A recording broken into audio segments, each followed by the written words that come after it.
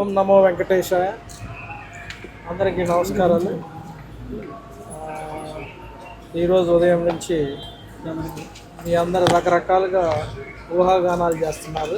లడ్డూలు పాలసీ గురించి, లడ్డు డిస్ట్రిబ్యూషన్ గురించి.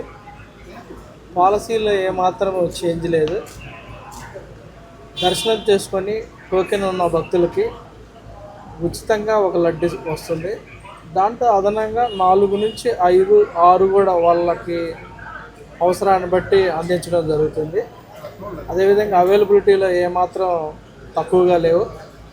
సో అయితే లడ్లకు సంబంధించి మేము చేసిన కొద్ది పరిశోధనలో కానీ మా దృష్టికి వచ్చిన విషయాలన్నింటినీ కూడా పరిగణలో తీసుకొని ఒక చిన్న మార్పు చేయడం జరిగింది.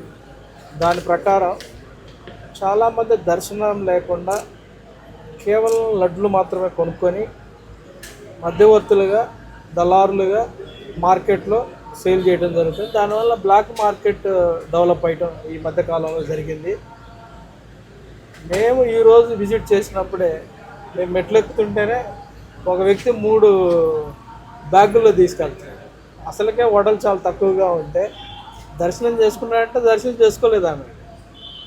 సో ఇవన్నిటిని మేము ఆల్రెడీ ఈరోజు చూడంగా మాకు ఆ దృష్టికి వచ్చింది. ఆల్రెడీ మా దృష్టికి చాలాసార్లు ఇది వచ్చింది. వచ్చిన తర్వాత అన్ని విషయాలను పరిగణలో తీసుకొని దర్శనం లేని వాళ్ళకి దర్శనం చేసుకోకుండా కేవలం లడ్లు మాత్రమే కొనుక్కొని మార్కెట్లో విక్రయించే వాళ్ళకి మాత్రం ఆధార్ తీసుకొని 2 లడ్లు మాత్రం విక్రయించడం జరుగుతుంది. దీంట్లో సామాన్య భక్తులకి వాళ్ళ యొక్క బెనిఫిట్ కోసమే ఈ చర్యలు తీసుకోవడం జరిగింది. దీనివల్ల సామాన్య భక్తులు దర్శనం చేసుకున్న వాళ్ళకి లడ్లు ఎక్కువ ఇవ్వటం ఏర్పాటు చేయడం జరుగుతుంది. సో బ్లాక్ మార్కెట్ను అరికట్టడం ఇది ఒక ఉద్దేశం. కేవలం లడ్లు కొనుక్కొని లడ్డు కోసమే వచ్చి లడ్లు మాత్రమే తీసుకెళ్లే వాళ్ళకి మాత్రము ఇది ఒక స్టింజెంట్ మెజర్ అని చెప్పొచ్చు. బ్రాడ్గా ఓవరాల్గా ఇది భక్తులకి టీటీడీలో ఓవరాల్ అడ్మినిస్ట్రేషన్ కూడా మంచి కన్వీనియంట్ డెసిషన్ అని ఆల్రెడీ చాలామంది అప్రిషియేట్ కూడా జరిగింది.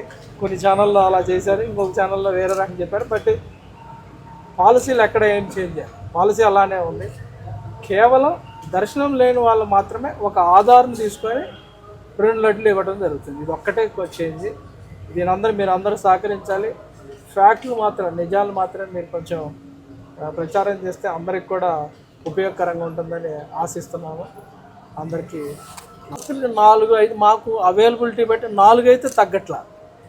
మాకు అవైలబిలిటీ ఉంటే దానికి 6 కూడా ఇస్తడం జరుగుతుంది. మా అవైలబిలిటీ కూడా చూసుకుంటాక ఒకరోజు భక్తులు 6 లక్షలు, సపోజ్ 1,00,000 మంది వచ్చారనుకో, అప్పుడు కొంచెం తగ్గుద్ది. సపోజ్ భక్తులు ఈరోజు 75,000 మంది ఉన్నారనుకో, వాళ్ళకి సప్లై ఉంది కాబట్టి వాళ్ళకి అనుగుణంగా వాళ్ళు అడిగినన్ని ఇస్తున్నాం. ఇప్పుడు అల్టిమేట్గా ఏంది, demand and supply, availability. So ఇప్పటి వరకు అయితే చాలామందికి 4 అడిగిన వాళ్ళకి 4 ఇచ్చా. మెజారిటీ పీపుల్ మేము చేసిన డేటాలో మెజారిటీ పీపుల్ 4 చాలా అంటున్నారు.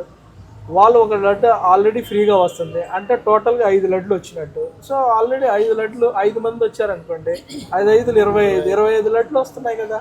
దీంట్లో మీరేమి డౌట్ పడాల్సిన లేదు. అంతకంటే ఎక్కువ కూడా యాక్చువల్ మెజారిటీ పీపుల్ కొనుక్కోరు. ఎందుకంటే దర్శనం లేకుండా వచ్చే వ్యక్తి మాకు తెలిసిపోద్ది కదా, టికెట్ లేకుండా వస్తున్నాడు. అతనికి ఆధార్ చూపించమని అంటున్నాం. మేము ఆధార్ ఎంట్రీ చేసుకొని రేట్ ఇస్తున్నాం. ఏం లేదు, ఆ రేషన్ ఏం లేదు. ఓవరాల్గా దాంట్లో రేషన్ ఏం లేదు. దర్శనం లేకుండా కేవలం లడ్డు కొనుక్కోవాలి వచ్చే వారికి మాత్రమే ఇది ఖచ్చితంగా వాళ్ళ క్రెడెన్షియల్స్ రికార్డ్ చేస్తున్నాము. వాళ్ళు ఏ పర్పస్ కోసం కొంటున్నారు, బ్లాక్ మార్కెట్లో కొంటున్నారు మా దృష్టిలోకి వచ్చినాయి. మా కంప్లైంట్ చాలా వచ్చాయి. మా పరిశోధనలో కూడా అది నిజమని తేలింది. దానివల్ల మేము ఇది తీసుకున్నాం. అంటే మేమేం చేస్తున్నాం, ఆధార్ తీసుకుంటున్నాం. ఎందుకంటే మేమేం చేయట్లేదుగా. తీసుకోవచ్చు 2 ఆధార్ కార్డులు వచ్చి మళ్ళీ మరో రేపు వచ్చి కొనుక్కోవచ్చు. 2 తీసుకుంటున్నాం. మాకేం పెద్ద అట్లేం పెట్టలేదు ప్రస్తుతానికి. బట్ ఇలా డేటా పెడితే డేటా అనాలిసిస్ చేసుకుంటాం, మాకు అర్థమవుద్ది. రిపీటెడ్గా తీసుకునే వాళ్ళు కూడా భయపడతారు, ఎక్కడో ఏదో రికార్డ్ అవుతుంది. సో మా క్రెడెన్షియల్ పట్టుకుంటారని ఒక నిజాయితీగా ఉండే భక్తుడికి, దర్శనం చేసుకునే భక్తుడికి మేము తీసుకునే డెసిషన్ చాలా మంచి డెసిషన్. నిజాయితీ లేకుండా లడ్డుతోటి బిజినెస్ చేయాలి, దర్శనం లేకుండా కేవలం లడ్డు తీసుకునే వాళ్ళకి మాత్రం ఇది భయం ఉంటుంది. ఇప్పుడు భక్తులు పోయి అమ్మొచ్చుగా, హైదరాబాద్లోనో ఢిల్లీలో పోయి అమ్మొచ్చుగా. అక్కడ లేదు అవైలబిలిటీ, ఎవరో పోయి ఇవ్వాలి కదా, వీళ్ళే పోయి ఇవ్వచ్చుగా. Thank you. నందిని